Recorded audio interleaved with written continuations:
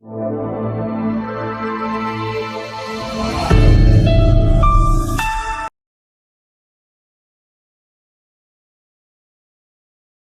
प्यारे बच्चों, कैसे हैं आप? आशा करती हूँ आप सभी अच्छे होंगे। तो आज हम शुरू करने जा रहे हैं वाणी पब्लिशर्स की कक्षा 8 की पुस्तक विज्ञान की दुनिया। तो आइए बच्चों, अब हम शुरू करेंगे पाठ 2 अध्याय 2, जिसका नाम है सूक्ष्म जीव यानी कि माइक्रो ऑर्गेनिज्म। आप अपने आसपास के जीवित पदार्थों का परीक्षण करते हैं। उनमें से कुछ पदार्थ बड़े और कुछ छोटे होते हैं। फिर भी आपको जानकर आश्चर्य होगा कि हमारे आसपास बहुत बड़ी संख्या में ऐसे जीव हैं जिन्हें हम नंगी आंखों से नहीं देख सकते। इनमें से कुछ हमारे शरीर में भी रहते हैं। वर्ष 1683 में हॉलैंड के एंटोनी वॉन लीवनहॉक ने लार, दांत के तल में से सफ़ेद स्त्राव और मल के जल का स्वयं द्वारा बनाए गए आरंभिक सूक्ष्मदर्शी से परीक्षण किया। उसने पाया कि इनमें बहुत से छोटे छोटे सूक्ष्म जंतु हैं। हॉलैंड के एरनबर्ग ने 1829 में इन्हें जीवाणु का नाम दिया। तो वे जीव जिन्हें नंगी आंखों से नहीं देखा जा सकता सूक्ष्म जीव कहलाते हैं। इन सूक्ष्म जीवों को हम सूक्ष्मदर्शी की सहायता से देख सकते हैं और विज्ञान की वह शाखा जिसके अंतर्गत सूक्ष्म जीवों का अध्ययन किया जाता है सूक्ष्म प्राणी शास्त्र या सूक्ष्म जैविकी कहलाता है। सूक्ष्म जीव हमारे चारों तरफ उपस्थित रहते हैं। ये मिट्टी, जल तथा वायु में पाए जाते हैं। इनकी संख्या हमारे द्वारा देखे जाने वाले पौधे व प्राणियों की संख्या से भी बहुत अधिक होती है। ये छोटे जीव विभिन्न आकार के होते हैं। सबसे छोटे जीव का आकार कुछ माइक्रोन होता है। बड़े जीवों को एक सामान्य सूक्ष्मदर्शी या आवर्त लेंस द्वारा भी देखा जा सकता है। उदाहरणार्थ, एक जीवाणु अमेबा से 3000 गुना छोटा है। यदि जीवाणु का आकार एक चींटी के समान हो तो अमीबा का आकार एक हाथी के समान होगा। सूक्ष्म जीवों के आकार में इतना बड़ा अंतर होता है। आगे देखते हैं। सूक्ष्म जीवों का आवास एवं प्राकृतिक निवास स्थान आधारित वर्गीकरण यानी कि हैबिटेट और नेचुरल होम ऑफ माइक्रोब्स। तो आवास के आधार पर सूक्ष्म जीव 3 प्रकार के होते हैं। सबसे पहला मुक्त सूक्ष्म जीव, जल, वायु अथवा मृदा में रहने वाले सूक्ष्म जीव मुक्त प्रकार के होते हैं। दूसरा है परजीवी सूक्ष्म जीव, पादप अथवा जंतु काया के भीतर रहने वाले सूक्ष्म जीव परजीवी होते हैं। ये अपना भोजन अपने परपोषी से ही प्राप्त करते हैं। उदाहरण के लिए मलेरिया उत्पन्न करने वाला प्लाज्मोडियम मादा एनोफिलीज मच्छर में तथा मानव के रक्त में रहता है। सहजीवी सूक्ष्म जीव वे सूक्ष्म जीव जो एक दूसरे के लिए लाभदायक साहचर्य में रहते हैं सहजीवी सूक्ष्म जीव कहलाते हैं। उदाहरण के लिए राइजोबियम फलीदार पौधों की मूल ग्रंथिकाओं में रहता है। लाइकेन शैवाल के साथ कवक के सहजीवी साहचर्य का उदाहरण है। सेल्यूलोज को पचाने वाले सूक्ष्म जीव चर्बिताप जंतुओं के आमाशय में पाए जाते हैं। चर्बिताप जंतु क्या होते हैं? जैसे भेड़, बकरी, गाय, जिराफ आदि। यह चर्बिताप सहजीवी संबंध कहलाता है। आगे देखते हैं सूक्ष्म जीवों के प्रमुख समूह। अपने गुणों के आधार पर सूक्ष्म जीवों को 5 समूहों में वर्गीकृत किया गया है। शारीरिक संगठन में क्रमिक विकास के क्रम में ये विषाणु, जीवाणु, कवक, शैवाल तथा प्रोटोजोआ हैं। विषाणु सजीव जगत को निर्जीव जगत से विभाजित करते हैं। कवक, जीवाणु तथा शैवालों को पादप जगत में सम्मिलित किया गया है। प्रोटोजोआ जंतु जगत का भाग है। इन सूक्ष्म जीवों के पोषण का तरीका या तो स्वपोषित या विषम पोषित होता है। अधिकांश शैवालों तथा युग्लिना जैसे प्रोटोजोआ में पर्णरहित पाया जाता है तथा ये अपना भोजन स्वयं बनाते हैं, अतः ये स्वपोषित है। कुछ प्रोटोजोआ कवक तथा जीवाणु विषम पोषित होते हैं। ये अपना भोजन मृत क्षयकारी कार्बनिक पदार्थों से प्राप्त करते हैं। कुछ अन्य सूक्ष्म जीव अपना भोजन सजीव जीवों से प्राप्त करते हैं, अतः ये परजीवी हैं। विषाणु में कोशिकीय संगठन नहीं होता है और ये सिर्फ दूसरी सजीव कोशिकाओं को ही उगा सकते हैं। आगे दिया गया है तालिका विभिन्न सूक्ष्म जीवों के कुछ गुण।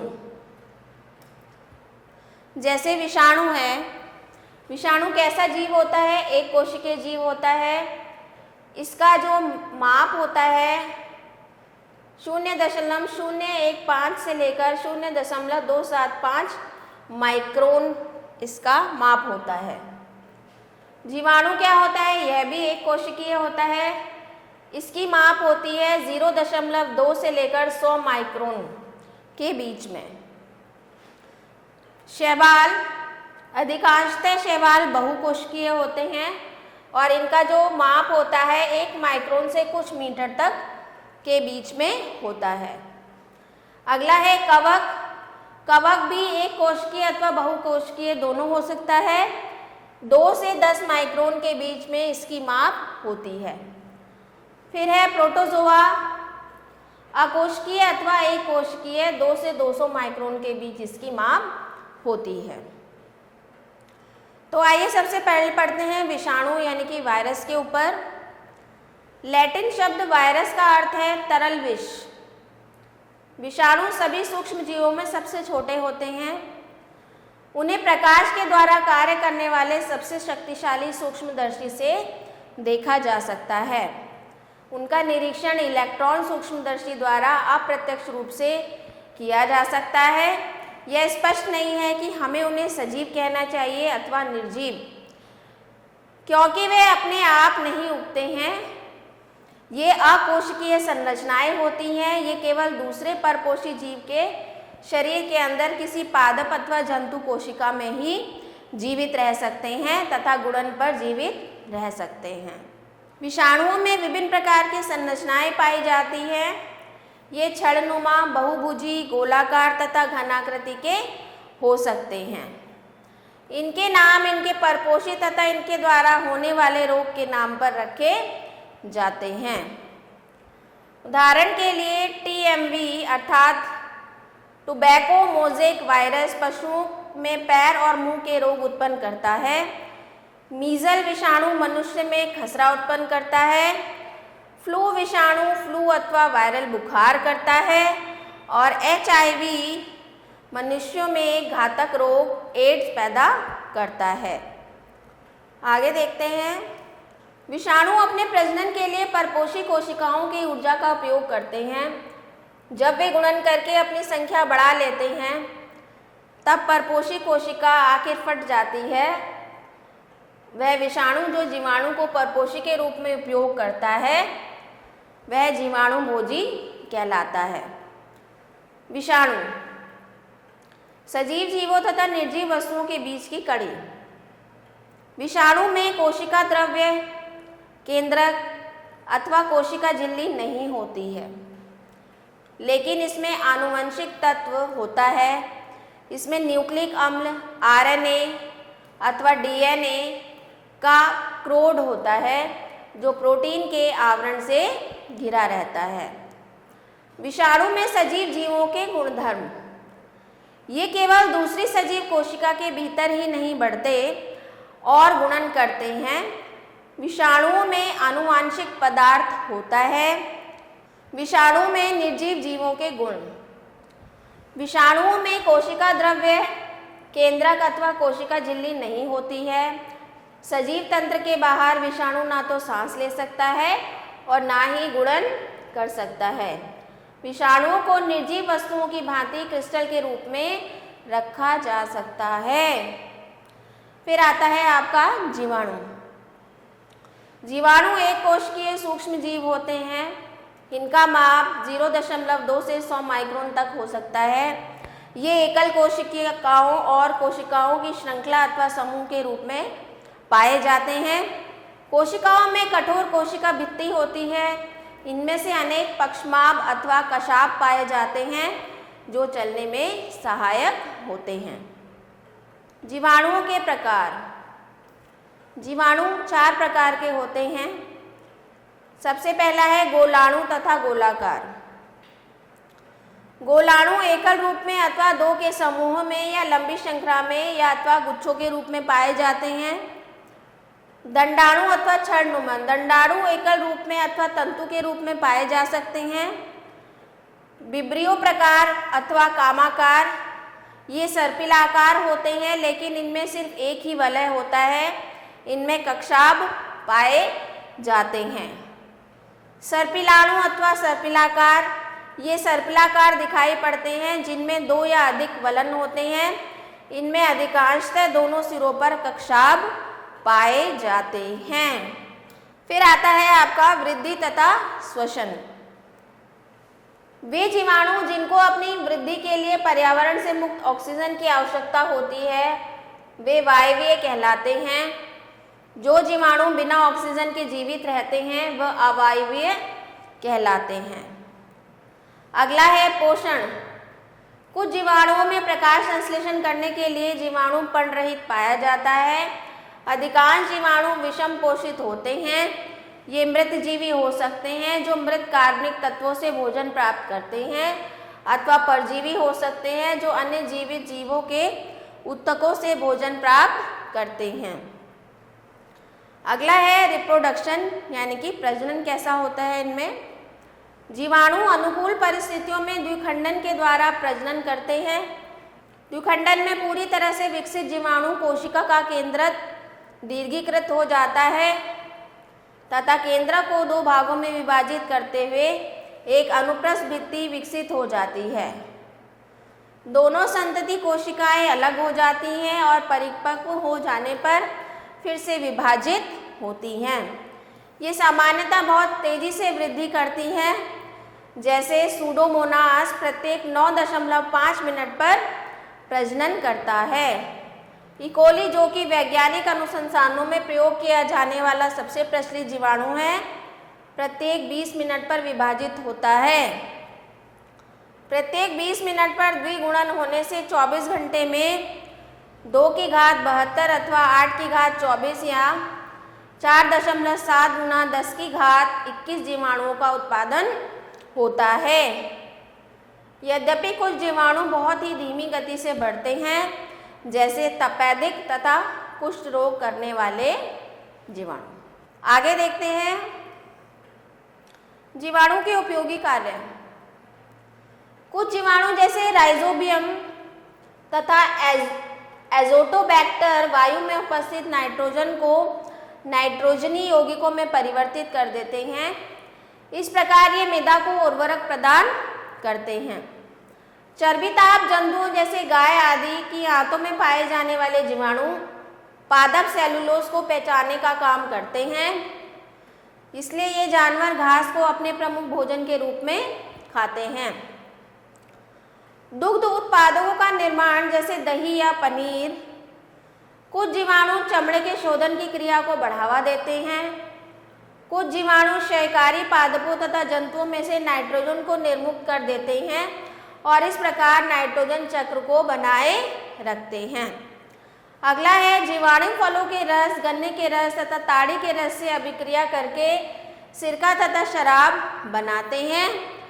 कुछ जीवाणु कार्बनिक तत्वों को अपघटित करके पोषक तत्व निर्मित करते हैं और हरे पादपों के उपयोग के लिए बड़ी मात्रा में CO2 गैस निर्मुक्त करते हैं। आगे है जीवाणुओं की हानिकारक क्रियाएं। अब जीवाणु हानिकारक भी होते हैं हमारे लिए। कैसे होते हैं इनके बारे में पढ़ेंगे।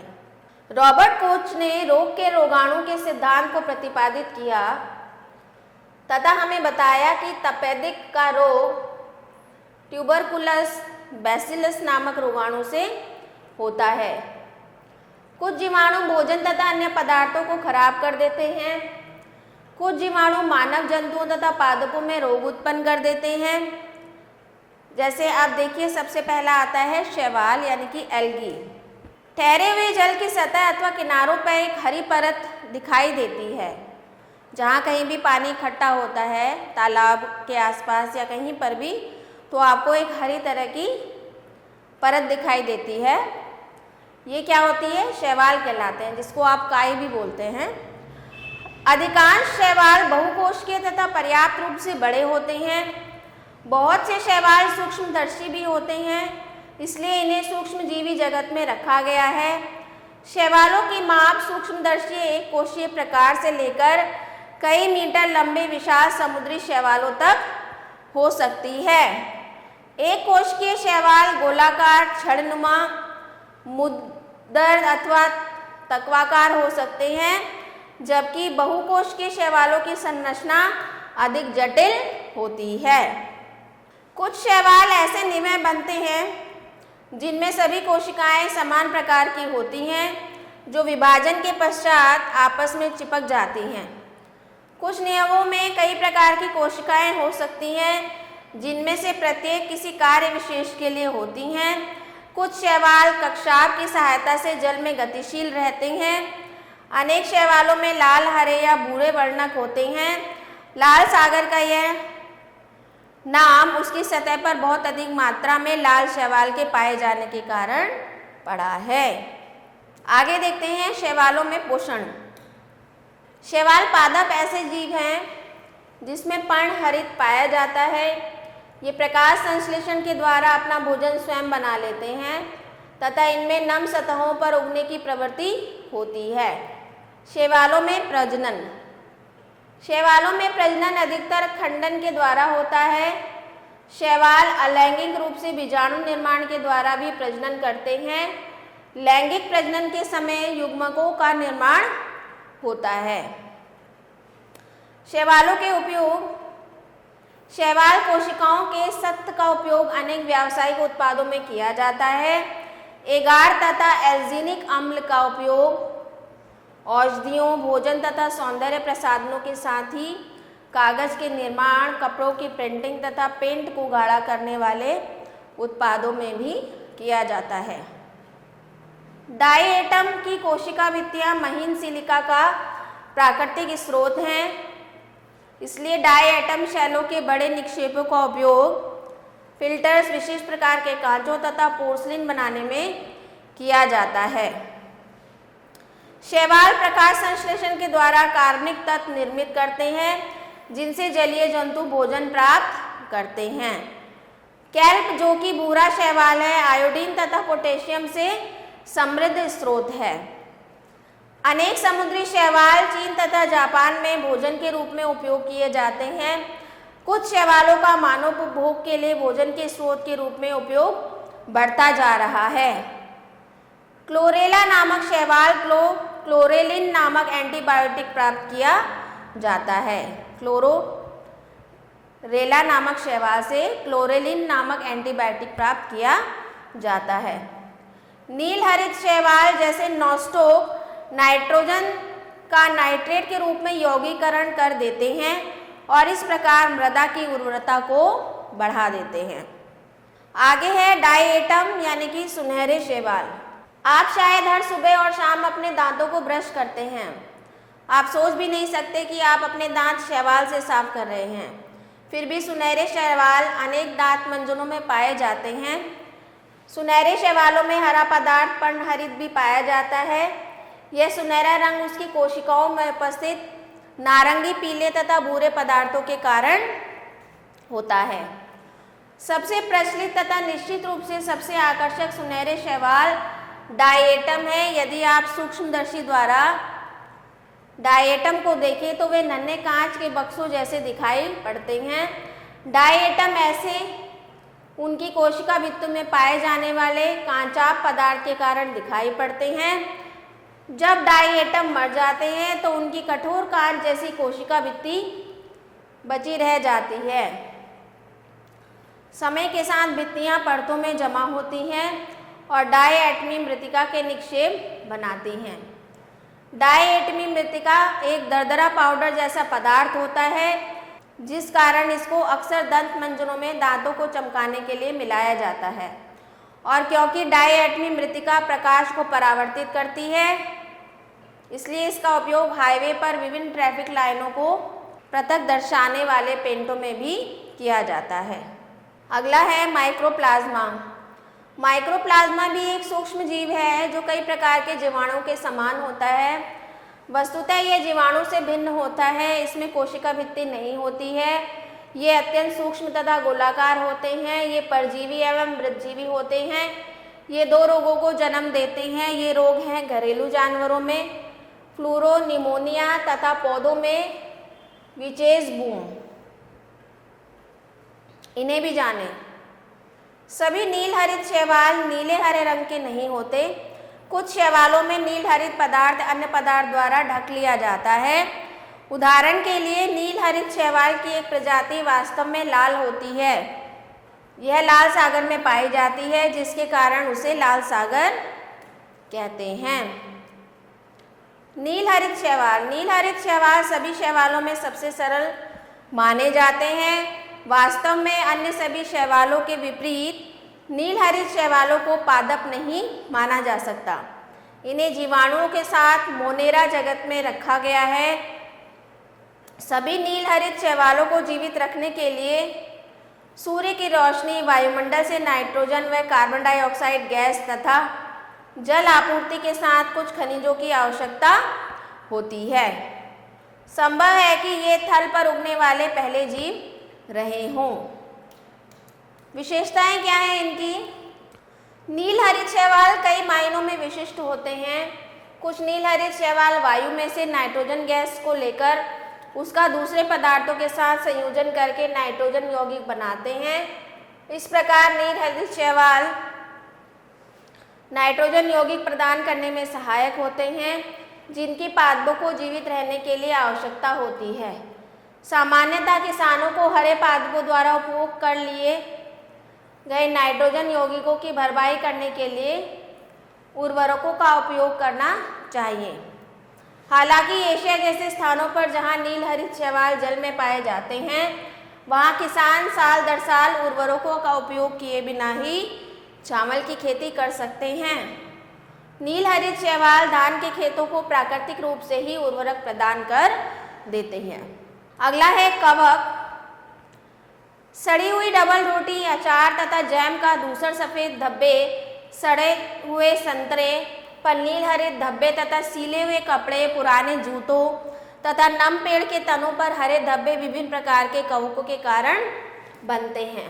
बरसात के मौसम में उगने वाले खूबसूरत मशरूम भी एक कवक होते हैं। प्रकार क्या होते हैं? अधिकांश कवक नलिकाकार धागे जैसी संरचना के बने होते हैं। कवक एक कोशिकीय तथा बहुकोशिकीय दोनों प्रकार के होते हैं। कवकों में मुख्यतः 2 प्रकार के जीव होते हैं। यीस्ट सामान्यतः एक कोशिकीय होते हैं, जबकि फफूंद बहुकोशिकीय होते हैं जो तंतु जैसे दिखाई देते हैं। फील्ड मशरूम भी एक प्रकार के फफूंद होते हैं। यीस्ट वायवीय तथा अवायवीय दोनों प्रकार की स्थितियों में जीवित रह सकते हैं। यीस्ट का माप 5 से 10 माइक्रोन तथा फफूंद का 2 से 10 माइक्रोन होता है। कुछ फफूंद जैसे मशरूम कई सेंटीमीटर लंबे हो सकते हैं। पोषण।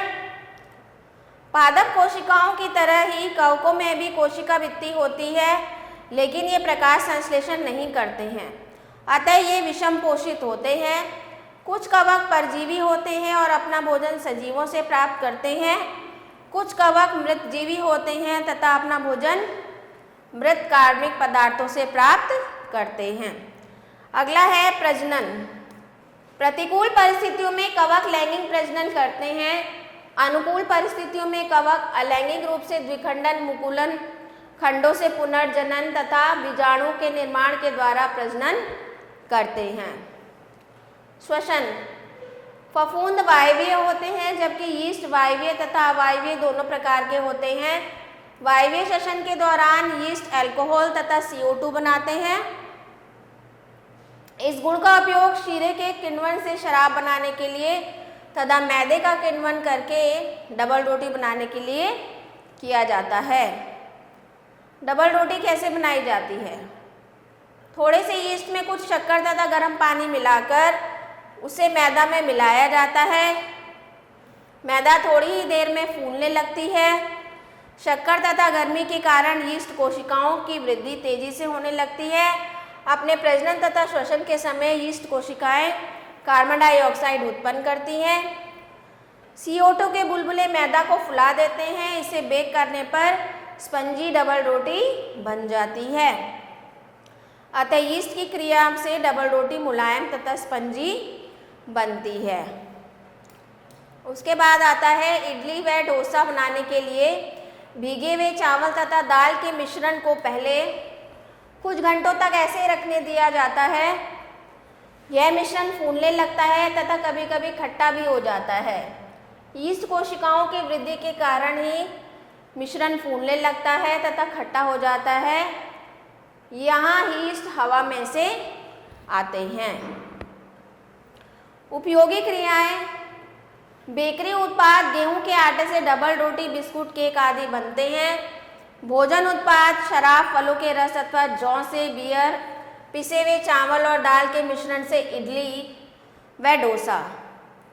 संवर्धित चीज़, पनीर, कुछ कवक जैसे मशरूम सीधे ही भोजन के रूप में उपयोग किए जाते हैं और कुछ बहुत महत्वपूर्ण औषधियों जैसे पेनिसिलिन का निर्माण कवकों से किया जाता है। हानिकारक क्रियाएं, हार्मफुल एक्शन, ये कपड़ों, जूतों तथा लकड़ी की वस्तुओं को भी सड़ा देते हैं। फफूंद भोजन को खराब कर देते हैं। आलू तथा अन्य फसलों के पौधों को नष्ट कर देते हैं। कुछ कवक रोग पैदा करते हैं जैसे एथलीट फुट तथा रिंगवर्म। अब आता है प्रोटोजोआ। शब्द प्रोटोजोआन का अर्थ है प्रथम जंतु। प्रोटोजोआ उसी प्रकार के जंतु हैं जैसे शैवाल और पादप। प्रोटोजोआ में कोशिका भित्ति नहीं होती। उनका माप 2 से 200 माइक्रोन होता है। वे बहुत ही सरल अथवा बेहद जटिल प्रकार के हो सकते हैं। अमीबा की कोई निश्चित आकृति नहीं होती है और यह अपना आकार परिवर्तित कर सकता है। दूसरी ओर पैरामीशियम स्लीपर की आकृति का होता है और उसमें मुख, पक्षमार्ग तथा अन्य संरचनाएं होती हैं। अधिकांश प्रोटोजोआ सूक्ष्मदर्शीय होते हैं, लेकिन कुछ जैसे पैरामीशियम को नग्न आंखों से देखा जा सकता है। प्रोटोजोआ नम अवसादों, समुद्र, मृदा, ताजे जल आदि में पाए जाते हैं। मुक्तजीवी प्रोटोजोआ भूप्रदेशों में तथा बहुत ऊंचे पहाड़ों पर पाए जाते हैं। अमीबा सभी प्रोटोजोआ में सबसे सरल और सबसे अधिक पाए जाने वाला जीव है। पोषण, प्रोटोजोआ में विभिन्न प्रकार से पोषण होता है। युग्लिना में पर्णहरित पाया जाता है और यह अपना भोजन स्वयं बना सकता है।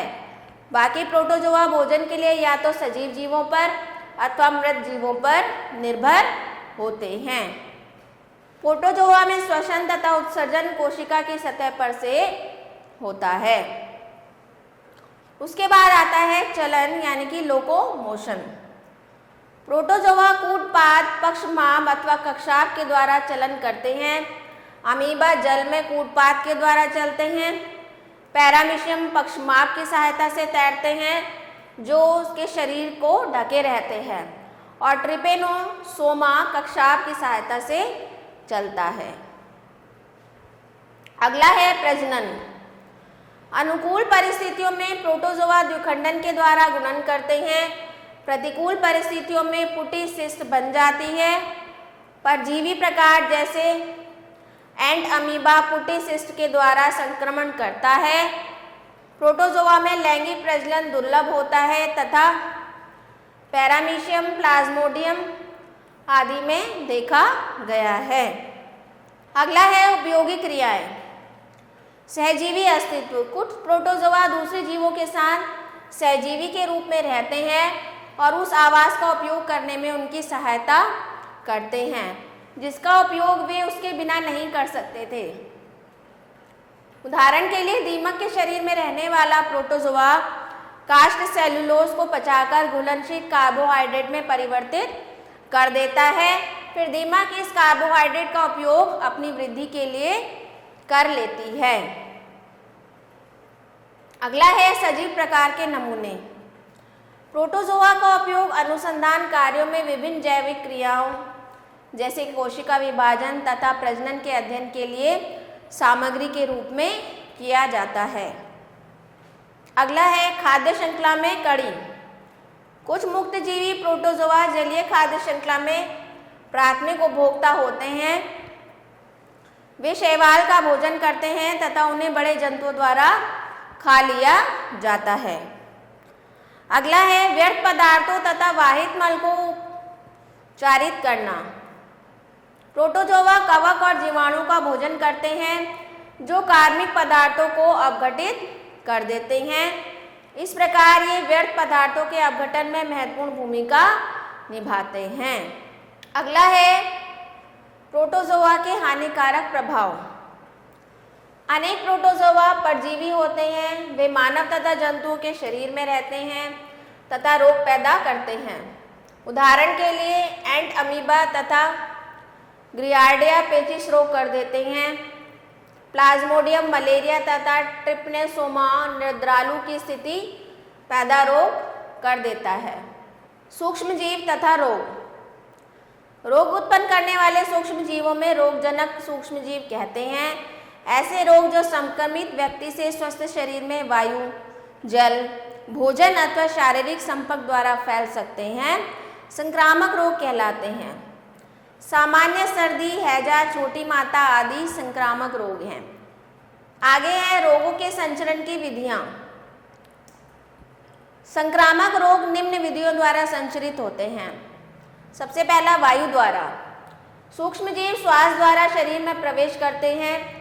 जुकाम से पीड़ित एक व्यक्ति एक छींक में जल की सैकड़ों छोटी छोटी बूंदें वायु में छोड़ता है। इन बूंदों में जुकाम के हजारों विषाणु उपस्थित होते हैं। जब ये बूंदें वाष्पित होती हैं तो ये सूक्ष्मजीव वायु में उपस्थित धूल के कणों पर चिपक जाते हैं। जब कोई अन्य व्यक्ति श्वास लेता है तो ये उसके शरीर में प्रवेश कर जाते हैं। कुछ सामान्य वायु जनित रोग जुकाम, काली खांसी, तपेदिक, खसरा आदि हैं। अगला है भोजन तथा जल द्वारा। रोग उत्पन्न करने वाले विभिन्न सूक्ष्मजीव दूषित भोजन तथा जल में भी पाए जाते हैं। संक्रमित भोजन तथा हाथों के द्वारा भी इन रोगों का संचरण होता है। कुछ भोजन तथा जल जनित रोग पेचिश, हैजा, टाइफाइड, पोलियो आदि हैं। वाहकों द्वारा। कुछ कीट तथा पशु भी रोगजनक सूक्ष्मजीवों के वाहक होते हैं। मक्खी एक सामान्य वाहक है। कूड़े करकट तथा पशुओं के मल में उपस्थित सूक्ष्मजीव इसके शरीर पर उपस्थित बालों में चिपक जाते हैं तथा भोजन और अन्य पदार्थों पर स्थानांतरित कर दिए जाते हैं। एनोफिलीज मच्छर मलेरिया उत्पन्न करने वाले सूक्ष्मजीव प्लाज्मोडियम का वाहक है। यह इसके शरीर के अंदर रहता है तथा मच्छर स्वच्छ व्यक्ति को काटकर इस सूक्ष्मजीव को उसमें पहुंचा देता है। इसी प्रकार चूहे का पिस्सू प्लेग का, एडिस मच्छर पीत ज्वर का, मनुष्य की जूं तपेद्रिक ज्वर की तथा सीसी मक्खी निद्रा रोग की वाहक है। वातावरण को साफ रखकर तथा कीटों पर नियंत्रण रखकर अनेक बीमारियों से बचा जा सकता है। निसंक्रमण तथा टीकाकरण कुछ अन्य प्रभावशाली उपाय हैं। अगला है संपर्क द्वारा। अधिकांश चर्म और जननिक रोग संपर्क द्वारा फैलते हैं। कंघे, तौलिए, रुमाल, कंबल तथा कपड़ों के प्रयोग द्वारा सूक्ष्म जीवों का संचरण होता है। खाज, दांत, नेत्र, शेषनाग, शोथ आदि संपर्क द्वारा फैलते हैं। अमीबाइसिस यानी कि अमीबी पेचिस भी बोलते हैं जिसको। अमीबाइसिस आमाशय का एक सामान्य रोग है। यह एंट अमीबा हिस्टोलिटिका नामक प्रोटोजोवन के संक्रमण से होता है। इस रोग के प्रमुख लक्षण आमाशय की गड़बड़ी, दस्तों के साथ आंव तथा रक्त आना आदि हो सकते हैं। कभी कभी तो दस्त जैसे लक्षणों के उत्पन्न होने में दिनों से महीनों तक लग सकते हैं। संक्रमित व्यक्ति के मल की सूक्ष्मदर्शी द्वारा जांच करने पर उसमें कोष्ठ तथा सक्रिय अमीबी देखे जा सकते हैं। अमीबाइसिस प्रोटोजोआ के परिपक्व कोष्ठों द्वारा दूषित भोजन तथा जल द्वारा फैलता है।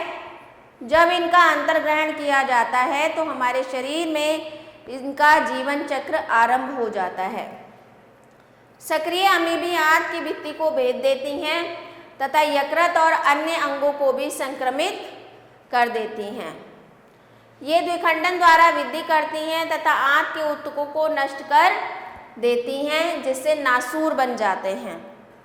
जब ऐसा होता है तो दस्त के साथ रक्त भी आने लगता है। भयंकर स्थितियों में तो इससे फेफड़े तथा मस्तिष्क भी प्रभावित होते हैं, जो घातक हो सकता है। अमीबाइसिस को फैलने से रोकने के लिए मलत्याग खुले स्थान पर नहीं करना चाहिए। इस रोग के नियंत्रण के लिए उचित स्वच्छता प्रबंध तथा स्वयं की स्वच्छता विशेष रूप से अनिवार्य है। अमीबाइसिस से संक्रमित व्यक्ति को अलग स्थान पर रखना चाहिए।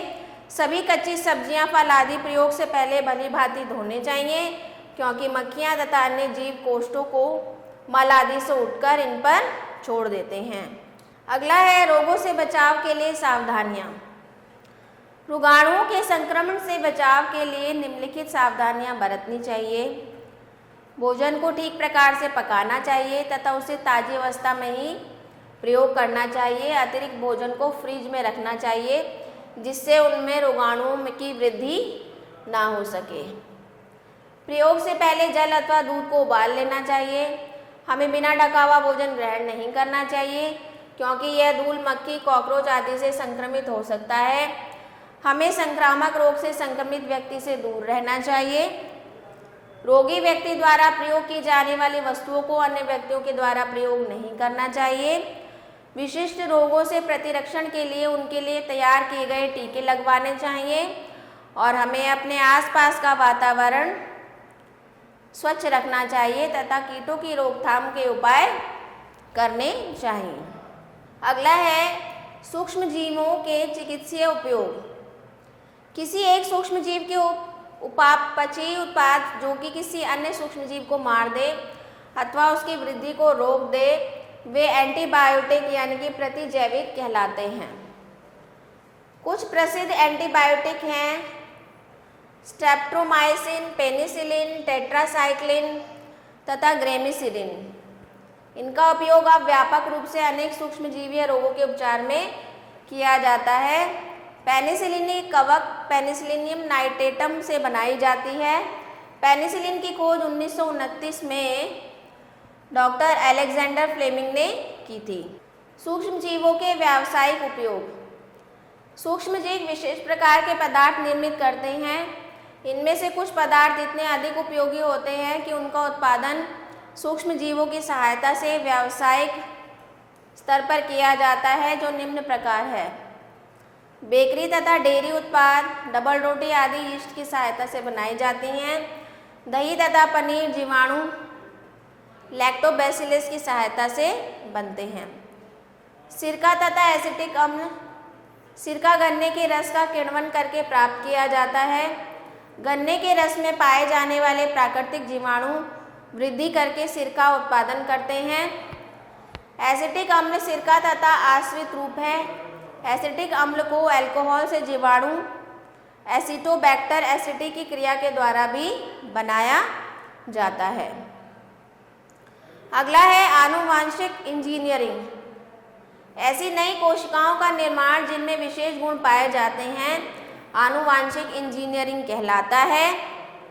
वैज्ञानिक ऐसे नए जीवाणु निर्मित करने में सफल हो रहे हैं जो विशेष कार्य करते हैं। उदाहरण के लिए पेट्रोलियम तेल का भोजन करने वाले जीवाणु का उपयोग तेल के टैंकरों की सफाई के लिए किया जा सकता है।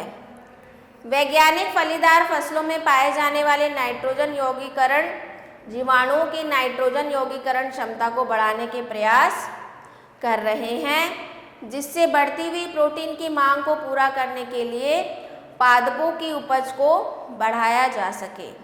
अगला है अल्कोहल तथा शराब। यीस्ट कवक कार्बोहाइड्रेट के अणुओं को अल्कोहल तथा कार्बन डाइऑक्साइड में विखंडित कर देता है। यह मिश्रण शराब कहलाता है, जबकि अल्कोहल शराब का आश्रित रूप है।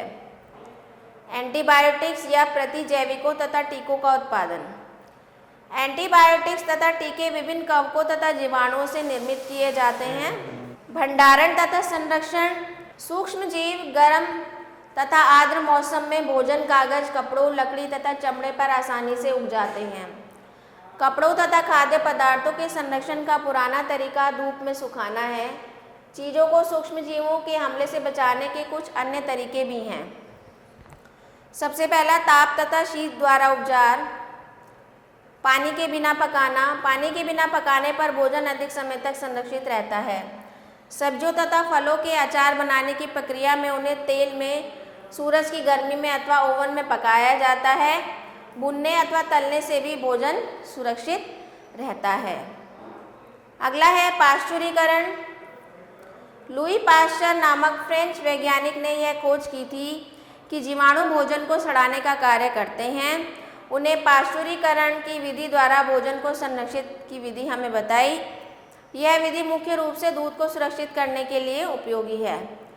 पाश्चुरीकरण पहले दूध को 70 डिग्री सेंटीग्रेड पर गर्म करके और उस तापमान को थोड़ी देर बनाए रखने के बाद अचानक उसे बहुत ठंडा करके किया जाता है।